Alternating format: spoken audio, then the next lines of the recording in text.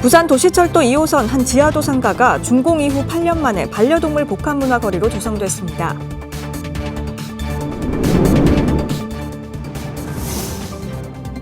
올해 수능이 국영수가 평이하게 출제된 반면 지난해보다 어려워진 사회탐구 점수가 변수로 떠오르고 있습니다.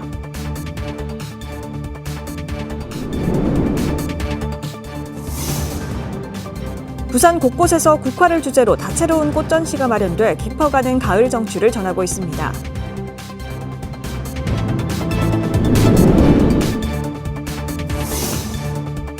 부산 어촌민속관이 새로운 전시를 선보입니다. 부산 수산업의 발전사, 어민들의 생활상이 유물과 영상으로 전시됩니다.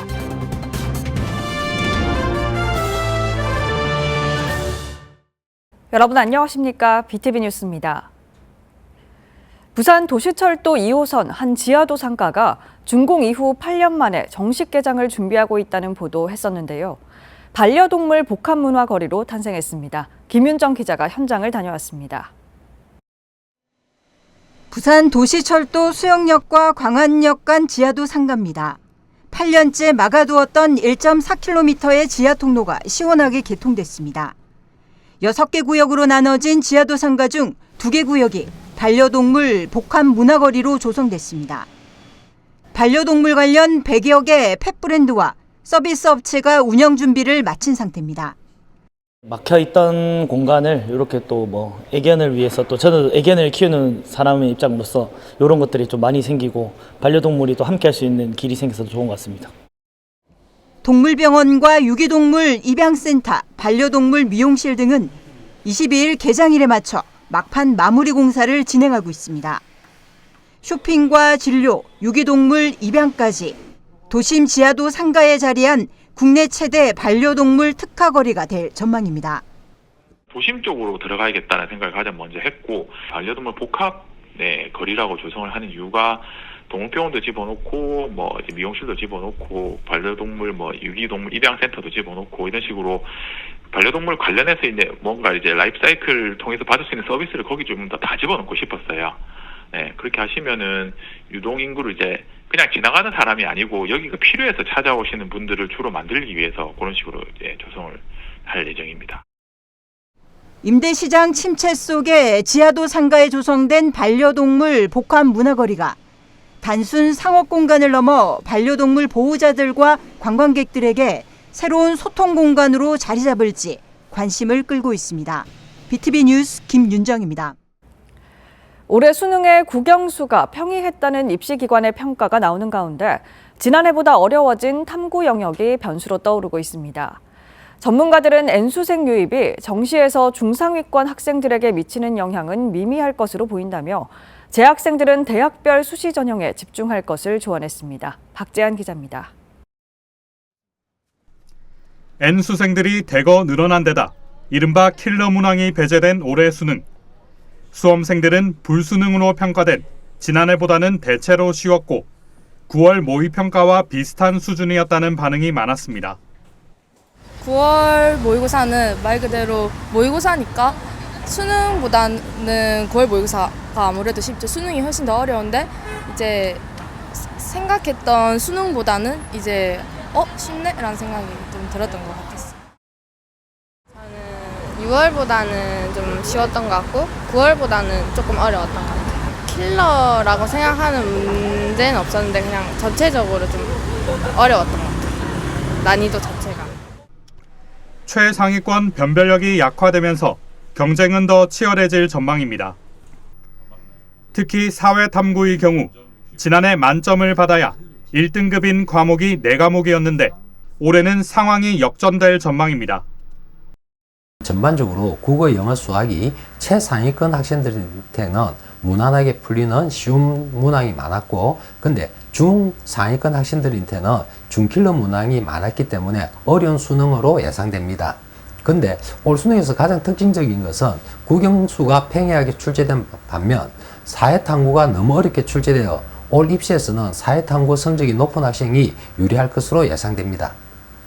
전문가들은 중상위권 재학생의 경우 대학별 수시 전형에 집중할 것을 조언했습니다. 이 학생들이 영향을 주는 것은 수시 모집에서 최저 충족 여부에 영향을 주므로 학생들 입장에서는 실제 각 입시기관에서 발표하는 최저 등급 컷이 입시기관마다 2 내지 4점씩 차이 납니다.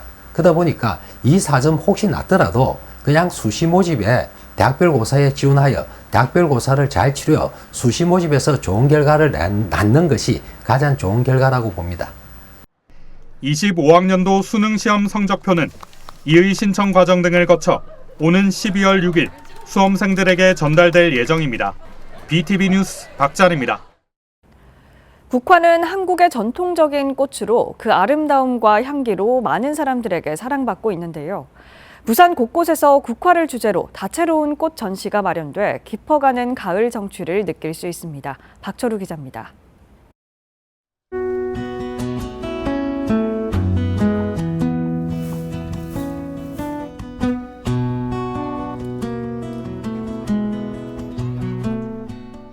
부산 사상구 운수사 대웅전 앞. 가을을 가득 머금은 국화가 아름다운 자태를 뽐내고 있습니다. 이 노란과 빨간 색깔에 한 번 빠지고 은은하게 퍼지는 향기에 또 한 번 발걸음을 멈추게 됩니다. 마음이 좀 즐겁고 행복하죠. 저런 거 보면 겨울에 보기가 힘들잖아요. 꽃을. 높아진 가을 하늘 아래 다채롭게 핀 국화꽃. 그 다채로운 색의 시각적 즐거움에 시 구절까지 더해지자 마음은 모처럼 여유가 생깁니다. 서리를 맞아도 피고 또 뭐 그런 큰 추위는 아니지만 추위가 와도 꽃이 피니까 저는 좋더라고요. 그게. 천년고찰 운수사에서 펼쳐진 제5회 국화분재 축제. 국화분재 동호회가 정성스레 가꾼 국화분재 130점이 전시됐습니다. 밀락 해변공원에도 국화 꽃밭이 만들어졌습니다. 청명한 가을 하늘과 푸른 바다가 맞닿은 강안대교, 형형색색의 다양한 국화까지 2만 본의 국화꽃이 심어져 지역 주민과 관광객들의 눈길을 사로잡았습니다.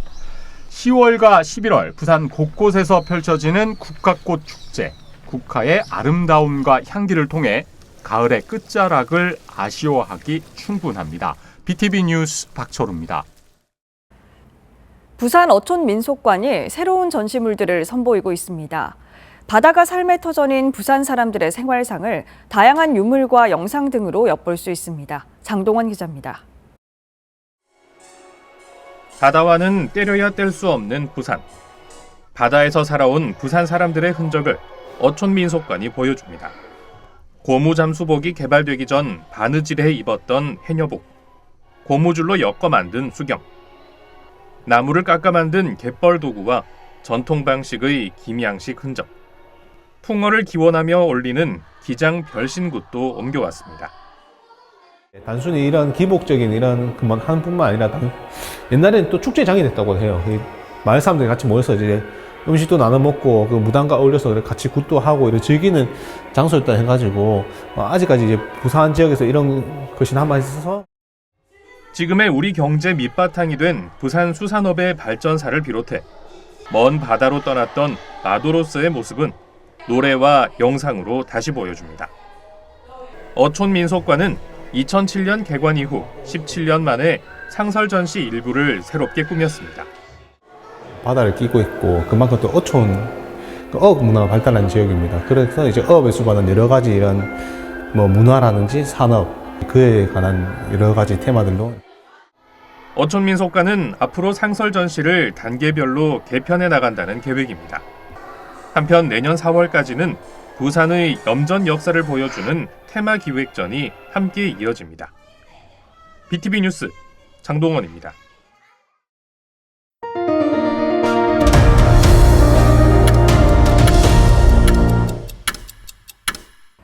지난 12일 강서구의회가 녹산산단 체질 개선을 위한 지원을 촉구하고 나섰습니다. 강서구의회는 촉구 건의안을 통해 노후산업 기반 시설의 전면 현대화와 산단 교통 접근성 개선 및 물류 인프라 확충, 정주 여건 개선을 통한 청년 인력 유치 등을 부산시와 정부에 요구했습니다. 의회는 녹산산단 입주 기업 수와 근로자 수가 크게 감소하고 있고 산단 가동률 역시 전국 평균에 미치지 못하고 있다며 현재 산단 재생 사업 같은 미봉책 대신 적극적 지원을 촉구했습니다. 지난 8월 GTX-C 광역급행 노선이 서울 도봉동의 한 아파트 토지를 편입한다는 소식에 주민 반대가 거셌는데요. 관련 내용이 보도된 뒤 민간 사업자 측의 설계 변경이 확정되면서 토지 편입은 무산됐습니다. 해당 아파트 주민들에게 희소식이 된 내용을 강혜진 기자가 전해드립니다. 외벽에 토지 편입 반대 현수막이 내걸린 도봉구 도봉동의 한 아파트입니다. 당시 국토부 산하 한국부동산원이 GTX-C 노선 토지 보상 계획을 일방적으로 통보하면서 주민 반대가 거셌습니다. 아파트 전체 면적 94,800여 제곱미터 가운데 196.3제곱미터가 GTX-C 노선 편입 구간입니다. 아파트 121동부터 125동까지 5개 동 옆 화단이 포함되는 1.5m 폭 아래로 광역급행철도가 지나는 겁니다. 광역급행철도가 왜 아파트 지하를 관통해야 하는지 전혀 들은 바가 없는 주민들의 목소리가 전해졌고 반대 의견 이의 신청도 구청에 접수됐습니다. 관련 내용이 여러 차례 보도된 후 지역 정치권이 움직였습니다. 그 결과 민간 사업자 측이 GTX-C 노선 위치를 아파트 부지에서 도로 밑으로 대폭 조정했습니다. 지역 뉴스에 주민들이 많이 보고 나서 많은 호응을 얻고 그다음에 협조를 한 다음에 좋은 결과가 나와서 많이 주민들이 좋아하고 있습니다. 한 달 넘게 토지 편입 반대 문제를 풀어간 주민들은 지속된 뉴스 보도로 입주민들의 여론이 모아졌다며 문제가 해결된 사례라는 후문을 전합니다. 이런 지역 뉴스가 거기 이런 좋은 정보 제공을 한다는 차원에서 타단지 분들한테도 참고가 될 거고, 그 다음에 비슷한 어려움이나 고민을 하고 계신 분들한테도 지역 뉴스나 이런 채널을 적극적으로 활용할 수 있는 그런 모범적인 사례가 되지 않았을까, 이렇게 생각합니다. 도봉동 토지 편입이 무산되면서 GTX-C 노선 실시 계획 변경안은 이르면 다음 달 주민들에게 공개될 예정입니다. BTV 뉴스 강혜진입니다. 강서구가 전국에서 처음으로 학생들에게 학습 지원비를 지급합니다. 관련 조례 제정에 이어 최근 보건복지부 승인을 받으면서 내년부터 강서구 모든 학생들이 입학준비금에 더해 10만 원의 학습비를 지원받게 됩니다. 장동원 기자입니다. 강서구는 그동안 입학하는 초등학교 1학년과 중학교 1학년에게 10만 원, 고등학교 1학년 학생들에게는 30만 원의 입학준비금을 지원해왔습니다. 내년부터는 여기에 학습 지원비 10만 원을 더 지급합니다. 입학생뿐 아니라 재학생까지 강서구 모든 학생이 학습비 10만 원을 지원받습니다. 출산율도 높고 또 아이들 키우는 젊은 가정들이 많기 때문에 실질적으로 도움을 줄 수 있는 부분이 이 부분에 생각을 했거든요. 저는 학용품, 가방, 교복, 그래도 이렇게 지원하면 우리 어머니들께 조금이라도 도움이 되지 않을까. 강서구 입학준비금과 학습지원비는 동백전을 통해 연 1회 지급됩니다. 학용품과 도서 구입, 교육활동비 등으로 용도가 한정되고 고등학교 입학준비금에는 교복비가 포함됩니다. 이번 지원금 지급에 대해 정부와의 협의 과정에서 보건복지부는 현금성 지원금을 지역화폐로 지급할 것을 요구한 것으로 알려지고 있습니다. 강서구 모든 초중고등학생 2만 1,500여 명이 지원 대상이고 전액 구비로 약 30억 원이 소요될 것으로 보입니다. 강서구의회는 다음 달 18일 내년도 예산을 확정해 내년부터 지급에 들어갈 예정입니다. BTV 뉴스 장동원입니다.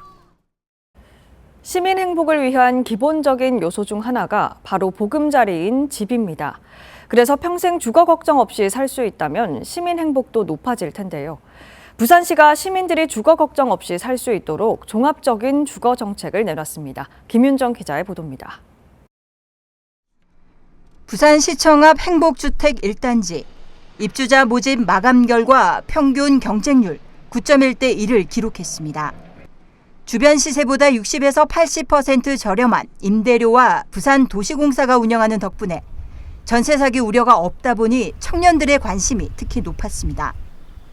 부산시가 청년은 물론 신혼부부 노년까지 생애 주기별 주거 걱정 없는 부산을 만들겠다고 선언했습니다. 먼저 청년과 신혼부부에게 2030년까지 10,000가구를 공급합니다. 청년은 최대 6년, 신혼부부는 최대 7년을 기본 지원하고 한 자녀 출생 시 20년, 두 자녀 이상 출생 시 평생 주거할 수 있도록 지원합니다. 부산도시공사, 한국토지주택공사 등과 유기적인 협력을 통해 내년 1,000호 공급을 시작으로 하여 차질 없이 추진될 수 있도록 할 것이며 시청 앞 행복주택과 같은 건설형 공공임대주택 5개 단지에 7,000호 이상 추가 공급도 검토하겠습니다. 특히 늘고 있는 1인 가구의 특성을 반영한 맞춤형 공동주택 주거 모델도 개발할 예정입니다. 전세 사기 피해자들에게는 최대 2년 월 40만 원 한도 내 전세자금 대출 이자를 전액 지원합니다. 또한 열악한 주거 환경에서 살고 있는 아동을 돕기 위해 가구당 1,000만 원까지 생활공간 환경 개선비도 지원합니다. 노후주택 재정비도 추진합니다. 30년이 지난 노후 공공임대주택 21개 단지 26,000가구를 순차적으로 재정비에 나섭니다.